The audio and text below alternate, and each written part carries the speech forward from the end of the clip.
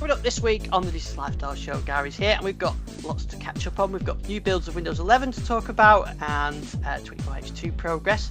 We're talking a bit about my new sound packs for the Korg Modwave Tangerine Dream style, and I've really enjoyed doing that one. Gary's got some EV news, and we've got lots more, so let's get straight to Gary. Gary, good evening. Good evening. So we're back again. We were hoping to have a guest from the Surface team, but that's been delayed a couple of weeks, so we might have that after our summer break. Well, a week off in a couple of weeks' time, so we'll try and do that. I still want to get to the bottom of this PC. I see it's still a controversial subject, isn't it? This Microsoft this feature in the Surface, this replay, yeah. So it's definitely controversial. Microsoft have talked about making some changes to it. From the feedback, I don't know. I mean, I still haven't seen enough detail on it to really understand it. So I know there's a lot of articles out there, but a lot of them are sort of basing it on hearsay and rumor, and I want to see facts. Yeah, I say that it might be by default it will be turned off, but a lot of stuff is by default turned off when you set up a new Windows PC, isn't it? And then you have to tick all those options during the startup procedure if you're doing a sort of a clean install. So I thought that would be the case.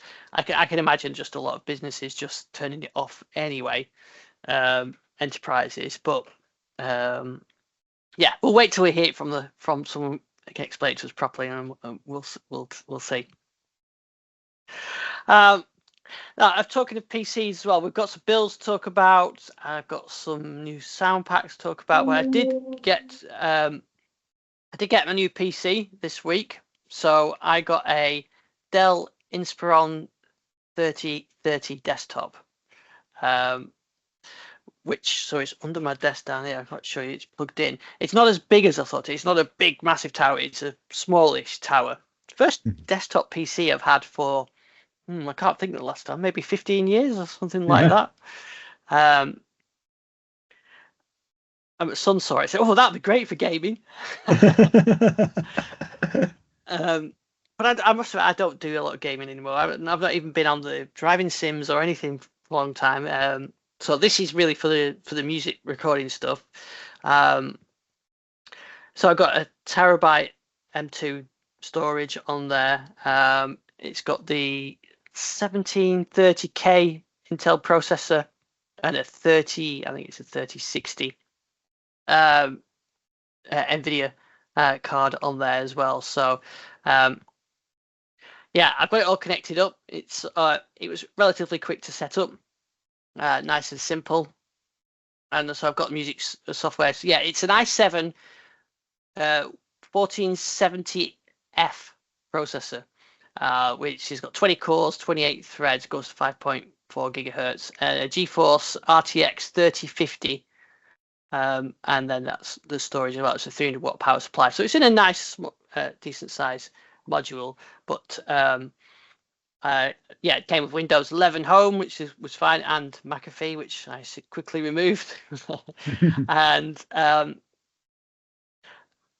it's great. I've got all my stuff patched in. It was relatively easy to transfer over. Things are a little bit easier now. Cubase, the Steinberg Cubase, used to have dongles. In fact, I've still got the dongle plugged into these iLocks. Do you remember the iLocks?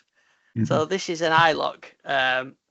So the old world used to have the license was on here, and without that plugged in, nothing would work. And if you wanted to get a new PC, you could transfer this over, but you had to re-authenticate it. So it was a bit of a nightmare. So actually, I probably don't even need it anymore, but I'll plug it back in later. But nowadays, it's just like most modern software subscription services. You just go online and activate it.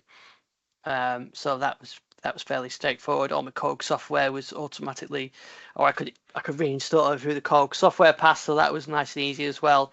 And I use OneDrive for all the storage. So that made it nice and easy as well. So all my files are there. So far so good. But I do think I need to do a bit of optimization, and we'll try and do a feature on that in a few weeks' time as well, about optimizing Windows 11 for music production, that kind of thing. But it certainly works well with all the stuff I've been trying, and a couple of music applications I had were quite graphical intensive, and on the old laptop there was sort of the CPU the GPU was running at 100% all the time, and that was causing audio glitching. But now it's like running at 1 or 2%, so that's much better. So yeah, it's working quite well. It's nice and quiet as well, which is good. The fan on my old laptop kind of chugged away all the time, which I don't do microphone recording very often, as in for the music stuff. It's all direct line in. But if I'm doing a video on it, as I do a lot of the videos now of the sound demos, you can hear the fan in the background as I'm talking. So it's a lot better now that I'm not using that either. So I think I might have to get a webcam though now, because I want to do the recordings on the PC itself, and there's no webcam on there. But I'm not sure whether people want to see me talk, actually see me during these videos, but as opposed to the software. But yeah, I've got XSplit installed on there as well, so I can do some streaming if needed as well on it. So yeah, so far so good. So I'm quite happy with the setup of that, and hopefully that should last me a fair while now. I can add some more RAM to it and more storage and things like that if needed. And to be fair, this gaming laptop I had, I think I said last week on the show, 2018, so it's done quite well. It's only it doesn't run Windows 11, so I think I've got my use out of that one anyway for now. So of course, all the vast amount of money that you get from posting YouTube videos will pay for it all very soon. So don't have to worry about that.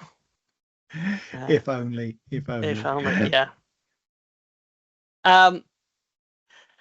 So we did have some builds I wanted to talk about this week. I don't know if you'd see any of those. I can share the screen. So yeah, Microsoft posted a few builds. We did have the Windows 10 builds was quite funny last week, but yeah, we had 3 proper builds last week, I suppose you could say. So we had a Canary channel build, a beta, and a dev channel. So the Canary channel is the one I did the video on. You can find that on YouTube channel. Help pay for my PC. 6231. Voice narrator now has direct access to turn it on, which I think is good. And more importantly, if it crashes, it restarts itself, which I'm surprised that wasn't in there already, really. Because if you're relying on that to navigate your PC and it dies, you're a bit stuck, aren't you? So I think that's a good idea that they've done that. Aside from that, there were only a few minor changes. There was a new copy button in the Windows Share, and the rename your PC has got a new look, which I think the old version was a Windows 10 UI. So they've swapped that over to a sort of more Windows 11 looking UI, and there was a couple of fixes as well. No new known issues. So I did do a video on that. For the beta channel, there was just some of the things we talked about already. The auto restart and voice search that from the other builds are on there, and there was extra things on sharing as well. If you're in China, nearby share allows you to turn Wi-Fi or Bluetooth on. I don't know why you have to be China for that feature. Maybe it just by default turns it on. I don't know. I don't think it does. I think it asks you, but anyway, there's a couple of fixes as well.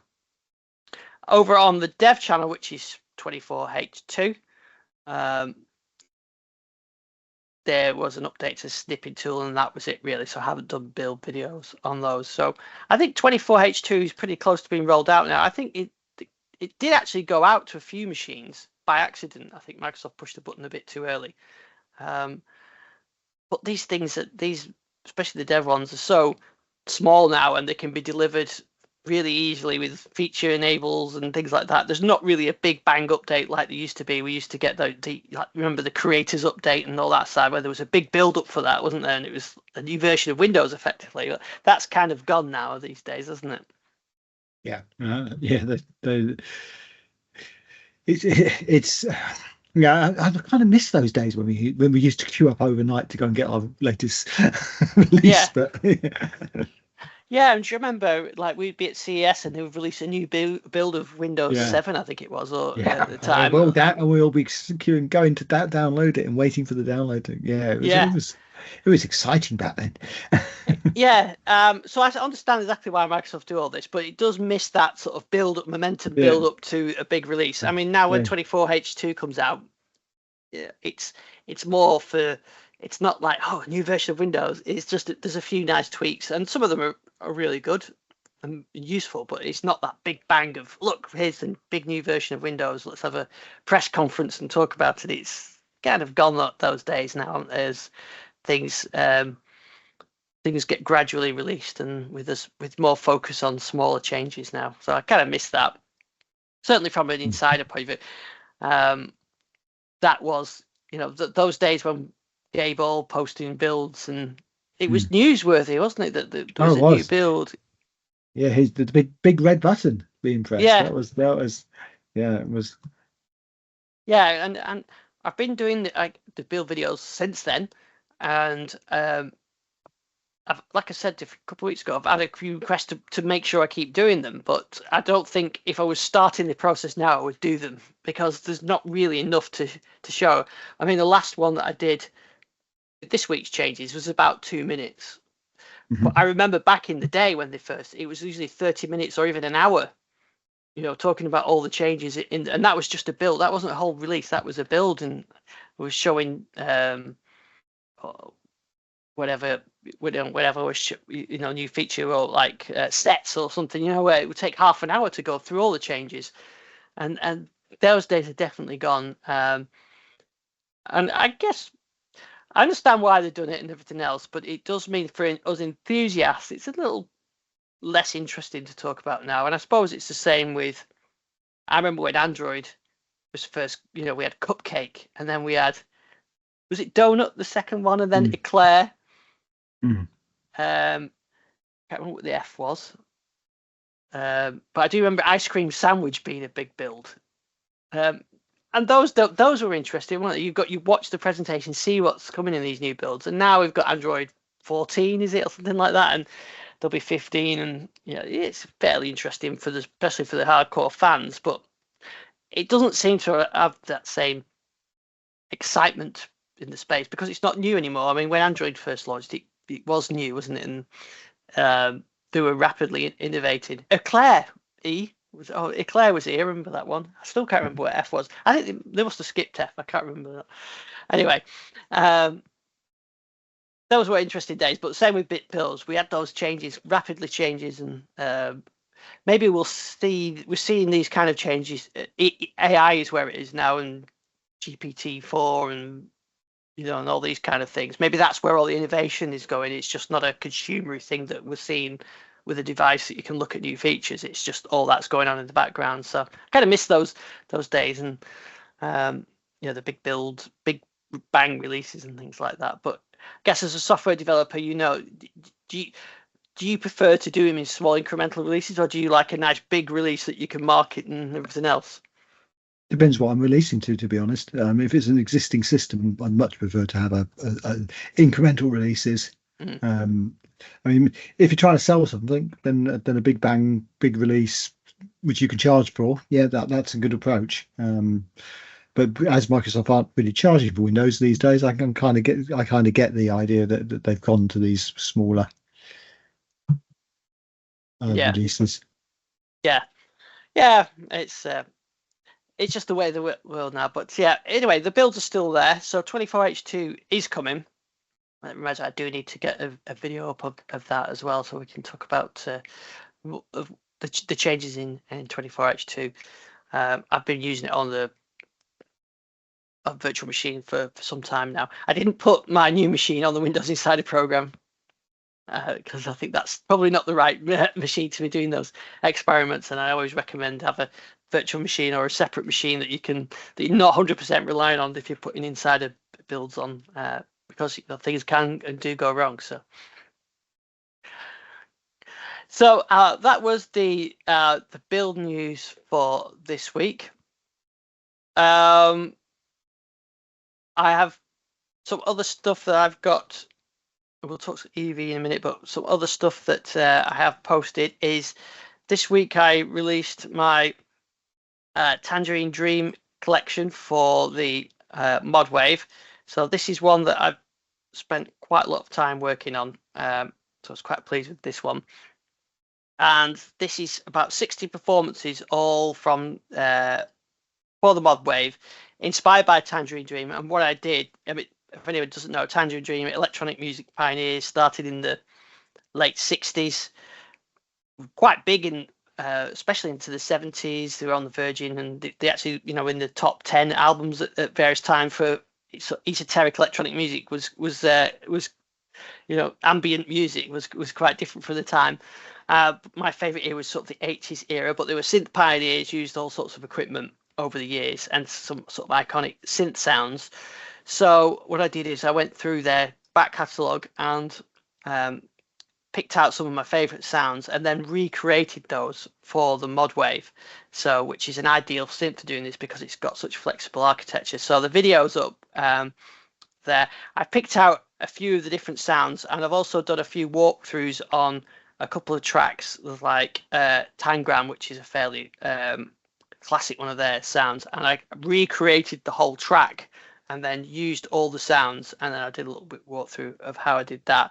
But the stuff from the 70s like Phaedra, the stuff from 80s right the way up to the 90s as well. So it's a huge collection.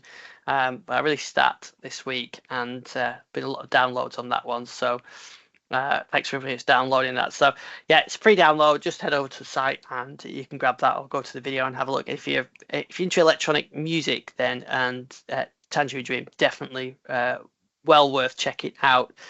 Different eras have a totally different sound almost, but yeah, I really enjoyed doing that one. I did see them perform actually in the like early 90s. I think I saw them in Manchester. Still going. Edgar Froese was the last original member with the group, and he died 4 or 5 years ago, maybe more now. But the band is still going with a couple of the people that he kind of recruited while he was still in the band. So they kind of, it's not like just a name, you know, nameless people who are coming in and taking over a brand name. They actually, you know, worked with him for a while. And I would like to see them again, actually, but they don't do a huge amount of shows. But you see the YouTube videos, and they're pretty good. They look really good, their shows, anyway. But a vast amount of collection. Go on Spotify, and there's just hours and hours. They've done hundreds of albums, soundtracks. I think probably most famous, Risky Business, the Tom Cruise film from the 80s. And there's a very famous track of their Love on a Real Train, which is from the film, and I've recreated that sequence on the webwave. So I had a lot of fun doing that one, and so that one is released, and the breakdowns are quite interesting, going through how I did those. So quite enjoyed doing that as well. So those are available as a free download. I'm creeping up those numbers to the 10,000 subscribers. It's not end of the year, I think, is still on target for, maybe. So yeah, that I don't think that whether it makes a difference to anything that happens from YouTube or anything, but be a nice number to get over. Yeah, would. Okay, what else have we got this week? Oh yeah, so just go over for the EV news. What's happening in the world of EVs? Well, I think we had a story from Lotus, a name you may well know. Oh, yes. So they've got the Emeya Hyper GT, which is their sort of hyper super sports car. I actually saw one of those this week. Actually, they look very much like a Ferrari, doesn't it? Yes. So it's electric, but it's fully electric. But it's, very Ferrari. Very expensive car, but also now the fastest charging car in the world. So it has got. I mean, it won't in real world it'd be 350 kilowatt charging, because that's really all that's available actually out on chargers. But if you can find a 400 kilowatt charger, it's capable of charging at 400 kilowatts, which means it can charge its battery from 10 to 80% in 14 minutes. It's a 102 kilowatt hour battery. That's pretty good. So that's basically saying you could add 265 miles of range in less than a quarter of an hour for charging, or probably more interesting, 192 miles in 10 minutes. But that's for most. If you're in the UK, for most places, that's enough to get you home, isn't it? Unless you're in Scotland and going to London or something. Yeah. Well, what's really interesting is that there was quite a bit of research a few years ago about how long people spend when they fill up at a petrol station, and it is around 10 minutes. even for most people, because of the payment system and everything else. Whereas this charge would include the payment side of things, and it's basically plug in, charge, and go. So yeah, it's everything it was in that time, and yeah, I mean that's almost too fast. You couldn't stop for a cup of coffee with 10 minutes of charging. It's good. The great thing about that, though, is you can charge and move off, and then the point is free for another vehicle, isn't it? True. Yeah. So it becomes sort of very much like the standard fill up with fuel type Yeah. stuff. I mean, the disadvantage here is that adding 400 kilowatt chargers everywhere would be very, very tricky. We had a hard enough job getting 100 kilowatt and 200 kilowatt chargers in because of the infrastructure. Being 400 kilowatt chargers in, you're going to need very big pipes to get a few of those in, but maybe you need less of them if they can charge as quick. So that's sort of like a trade-off. So yeah. I suppose the other downside slightly is you've got to buy a really expensive supercar to get that. I mean, I don't know what the price of those is. Well, at the moment, but this technology, as with all supercar technologies, it tends to filter down, doesn't it, to the lower range cars. I mean, and their Electra, which is their sort of SUV, which isn't, I mean, okay, it's expensive, but not supercar prices. That is capable of 350 kilowatt charging already, which is pretty impressive anyway. So I think this stuff will come down, and it's just a different way. The way they've done it basically is they're cooling the battery pack in a different way, which is interesting. But we've also, whether this record will stay that long is a debatable matter, because we know that IM, which is one of the Shanghai automotive companies, so the people who own the MG brand, they are releasing a car which is has a hybrid solid state battery in it, which potentially can charge you even faster than this if you could find a high enough spec charger.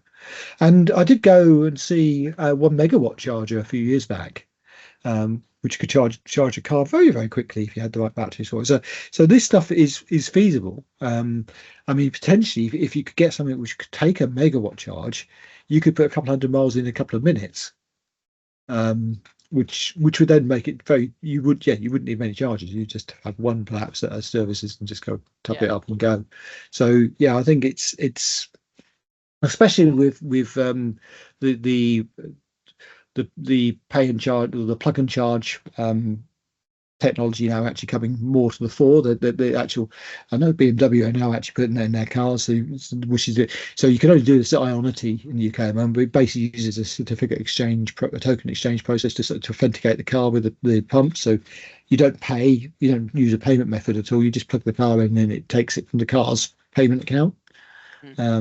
So that would, if you couple that with super fast charging, you probably could get a lot of people through a single high-powered charger, which is interesting. I mean, and this is the problem with this market at the moment. There's a lot of investment having to be made in chargers for the current technology, and yet technology will move on very rapidly. And it's, I mean, the Moore's law may have gone away in computing, but it certainly hasn't gone away in electric vehicles. It's there's lots of development happening at the moment, and certainly over the next few years, there's some of the stuff which has been promised for a very long time. I mean, solid state has been sort of like the holy grail, and it just hasn't come out away, come up as quickly as people would like, and there may be a lot of reasons for that, but there are quite a few places where that's starting to look like it's really promising. The solid state will come in, and that then gets rid of a lot of the questions around electric vehicles, which I mean we know a lot of this stuff is, as we know from the conversation we had with Garry a few weeks back, there's a lot of myth around things like electric vehicles catching fire, and it's like, but if you actually go solid state, then all the risks basically go away on the batteries. And you could even start building the bodywork of the car out of the battery potentially and have it safe, which means you could have massive batteries with less weight, which is obviously one of the trade-off. So you could be talking 1,000-mile, 2,000-mile range cars quite easily with solid state in the future on this, if they can get it stable and get all this stuff in. So yeah, it's different. Yeah. The range thing and everything else will be like one of those things from like when cars were first commercialized, where you had to have a runner, or you had to be a mechanic yourself and do hand cranks and things. It's a part, a limitation of that era that we'll eventually sort of forget about. Yeah. It's just, but like you said, the interesting thing with that though is all this technology investment is going ahead, and it's rapidly being obsolete, isn't it? Yes, yeah. So, so I guess there's a bit. Sometimes there might even be reluctance to some of the to roll out a big, 350 kilowatt charger thing when there's a 451 standard coming around the corner, which is then replaced by a 500 one. Yeah, but we are seeing stuff coming out. I mean, GoodSurf launched a new hub this last couple of weeks. See if I can actually find that, because that's quite an interesting one in its own right. So the Somerset Hub ETAR hub. So they because this was actually one of the dead spots for charging. So the Teals Farm shop near Wincanton now has 10 charging serving bays, and they're all 180 kilowatt devices, which to be honest is more than enough for most cars. I know we're talking about super fast, hyper fast charging there, but 180 on most modern 400 volt cars would that's sort of where they max out at. So that's not a bad idea, and it's again nice occasion. I noticed my local Dobby's Garden Centre around here is getting an install of GridServe chargers as well. I think the same chargers. So that's an interesting one, because they're nationwide and starting to see those, and actually not unreasonable places to stop with quite a nice cafe and things. So yeah, and a farm shop and a shop as well. And actually, most of those now have. I think I remember who's Sainsbury's. Is it Sainsbury's or is it? Yeah, it's Sainsbury's. Sainsbury's, because I remember I went in one a few weeks ago. I think I saw it. Yeah. Yeah, I think that they've also tie up with somebody else as well. Like Waitrose. They've got tie up with some Waitroses as well, and some of them. But yeah, that's quite nice, and that's apparently a nationwide initiative to put these in. So yeah, that adds again some sensibility to the charging. I just wish GridServe would bring their prices down again, because they were one of the more competitive charging networks, and they're not. Well, none of the non-Tesla charging networks are particularly cheap at the moment. Yeah. I wonder it. Yeah, I suppose those wholesale prices have come down, but they sometimes take a while, don't they, to get passed back onto the consumers. They do, yeah, too long. And also at the moment, there's a lot of venture capital going into this. And one thing to note as well, although the actual wholesale price has gone down, the standing charge, that the business standing charge hasn't come down, and is incredibly high compared to what it was a few years back. And obviously that has to be spread across all charges, so that's quite expensive. I will try. I am trying to get someone from ChargeMark, the industry body, on to talk about this. We've had a couple of them on in the past, just to go through it, but it isn't a straightforward question to answer, isn't it? There are a lot of difficult things in there. Yeah, it's but then it's the same thing in like fuel prices. Petrol prices are ridiculous as well, aren't they? And I don't think they pass on the reduction of oil quite as quickly as they pass on the increase in oil prices. Yeah. So interesting actually. I think there's going to be a hydrogen racing announcement this week. It's Le Mans this weekend, and they usually announce something. I think there's maybe a potential hydrogen racing car that I think they announced one a couple of years ago that it was coming at some point, but I think Alpine have actually got one that they're going to show off. But also the Formula One rules for 2026 have been announced, and they're changing their hybrids. They're dropping the MGU-H, the heat recovery, and just going 50-50. So it's a straight split between ICU or ICE and electric recovery. For their systems as well. So and they're going with active aerodynamics to improve the efficiency of the cars, so that they need less energy as well. So it's a rapidly changing field with these technologies at the moment, like all technologies. But like I was sort of lamenting earlier on, there are these rapid phases until the technology reaches maturity, and then incremental changes. And I think EVs are in that rapid phase at the moment, aren't they? Which is why I think people like you are drawn to it, isn't it? Because it's new things happening all the time. It's a bit like smart home was a while ago, and smart home's kind of got to that consumer level now where things are not tapered off, but are actually, you know, consumer level stuff. Whereas a few years ago, it was very much enthusiasts putting stuff together. Same with sort of home theatre type stuff. It was very, you know, a few years ago, it was very much enthusiasts building these things that now you can get all the off the shelf stuff, and it's really good. Every now and again, I still do miss my media center, but the Skybox, to be fair, is doing that job now. It's got apps in it, so there's iPlayers on there, Disney's on there. All my media is now on that Skybox, although paid through all these various different things, which is not what we really wanted to do when we first started on this. But it is all there in one place, minus the sort of photos and things like that. But yeah, not controlled by Microsoft, though. Of course, controlled by Sky. In my case, Virgin have got the same kind of things, and other countries have the same things. But yeah, it's all become. It's not roll your own anymore. It's just you get the Skybox or you get the Virgin box. But car stuff, yeah, you can't make your own car stuff, but it is rapidly changing if you're interested in those changes in technology. I guess it gives you lots of things to talk about on your EV channel. Yes, it does.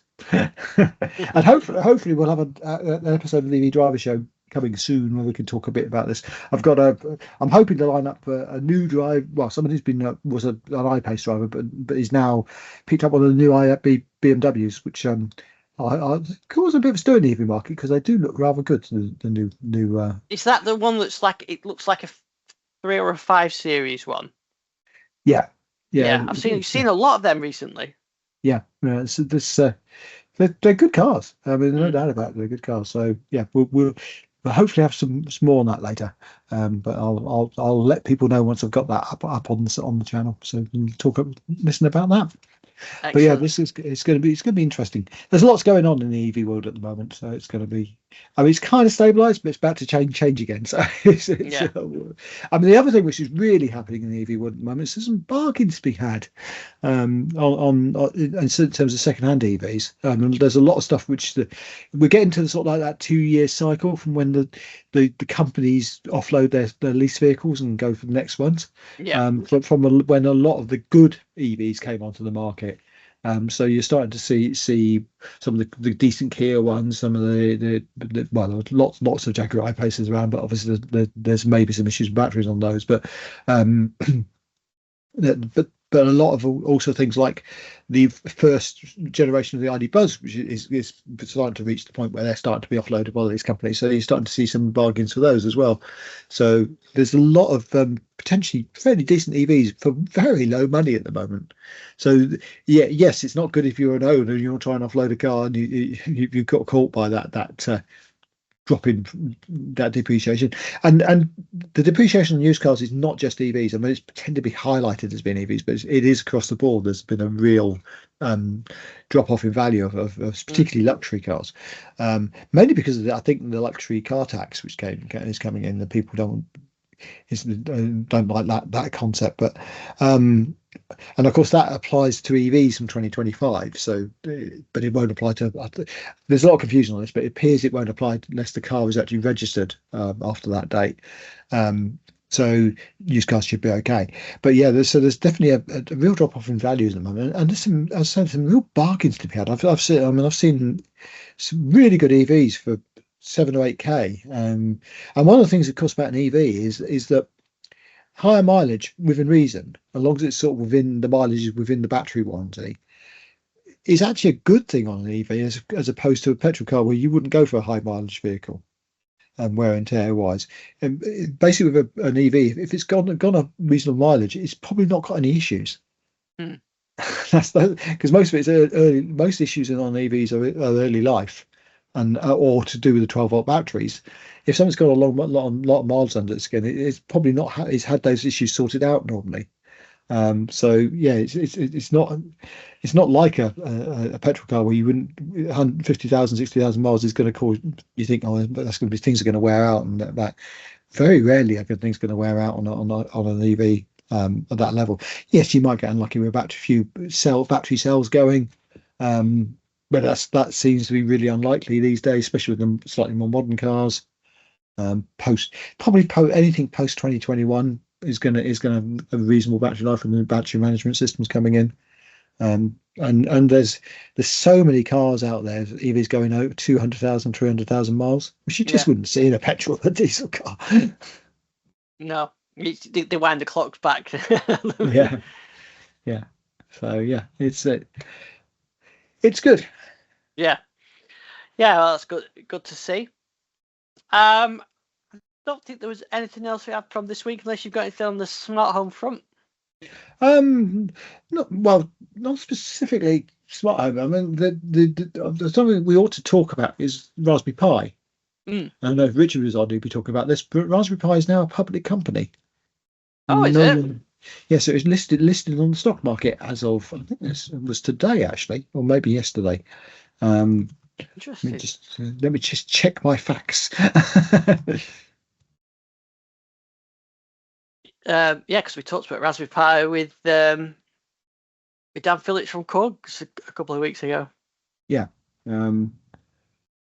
So it's so it was the last couple of days. So it's gone public, and it soared 40% in trade.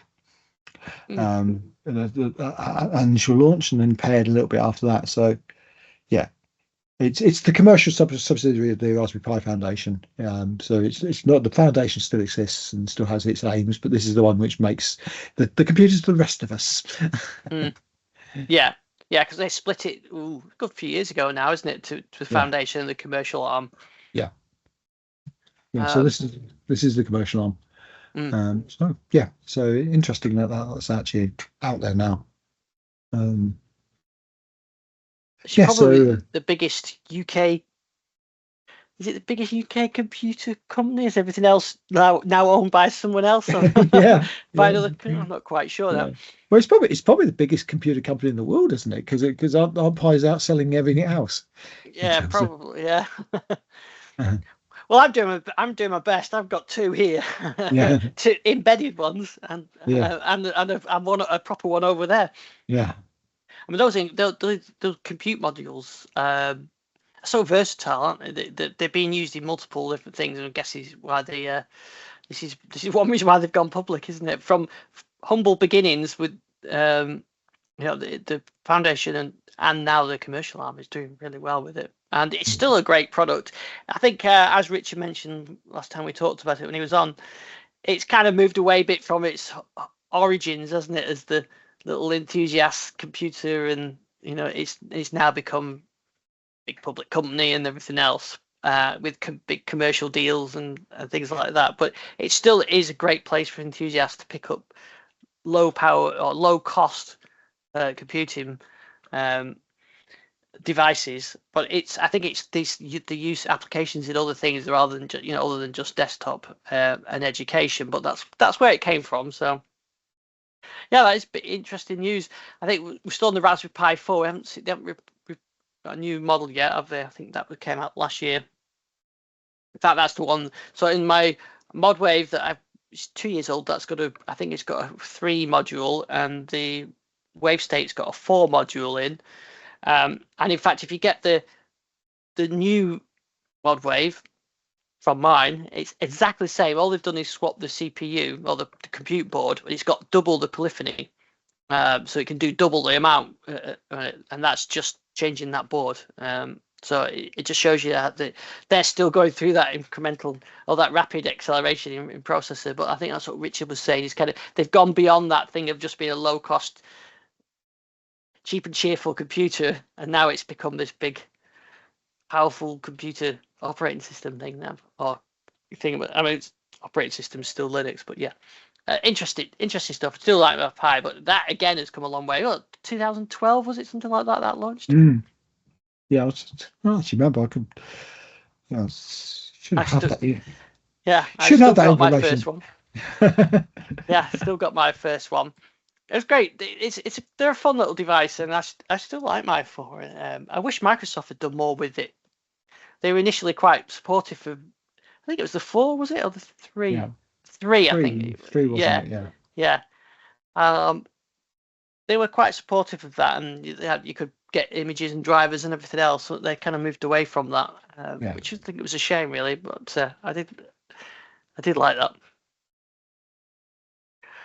Yeah. Right. And one of my favourite facts about the Raspberry Pi, and I think this is going to be a pub quiz at some point in the future. Which model of the Raspberry Pi was launched first? Oh, it was the B, wasn't it? It was the B, because the B was launched before the Model A, which obviously confuses people a couple of times. Yeah, but that's to do with the BBC Micro, wasn't it? The Model B. Yeah. That was. Yeah, which is kind of where it kept its information from there, wasn't it? Yeah. So, February 2012. That's when that first was released. Oh, that's matured quite well, hasn't it? Yeah. Yep. So good stuff. Excellent. Right. Well, I think that's it for this week's show. So next week we will be having a special guest joining us talking about sound design, which I'm really looking forward to. So where can we find you? You can find me on all of the social medias at Garry WMA, and also on the YouTube EV Owner account. Yeah, make sure to check that out. I'm at Ives Dixon, and all the links on thedislifestyle.com. We'll be back next week, and we'll see you then. Take care.